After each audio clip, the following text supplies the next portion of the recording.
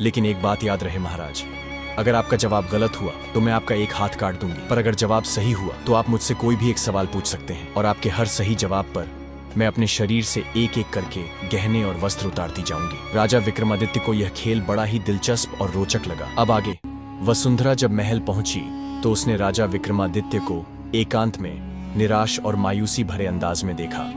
राजा विक्रमादित्य के मजबूत शरीर, ऊंची कदकाठी और मनमोहक छवि से वसुंधरा मोहित हो गई। राजा विक्रमादित्य ने जब इतनी निकट एक स्त्री को देखा तो वे भी स्तब्ध रह गए। वसुंधरा का सुडौल शरीर, आकर्षक वक्ष, सुडौल नितंब और कमर, सुराही जैसी गर्दन, इतनी खूबसूरत स्त्री राजा विक्रम ने अपने जीवन में कभी नहीं देखी थी। तुम कौन हो, कहां से आई हो और महल में कैसे आई?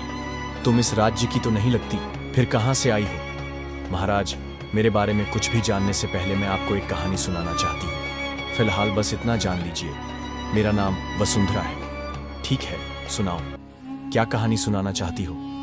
वसुंधरा ने कहानी की शुरुआत की। एक बूढ़ा व्यक्ति था जिसके क्रोध और अहंकार के कारण उसके परिवार ने एक एक करके उसका साथ छोड़ दिया।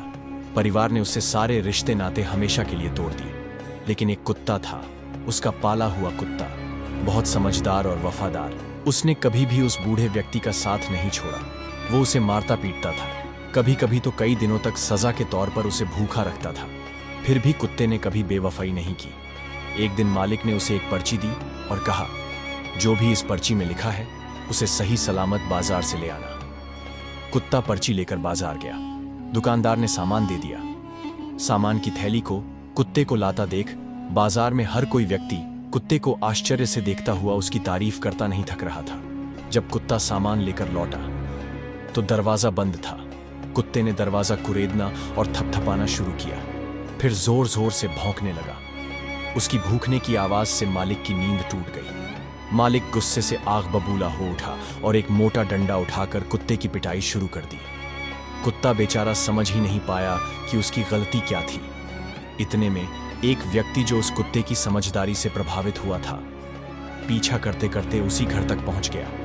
उसने देखा और चिल्ला उठा, अरे, तुम इसे मार क्यों रहे हो?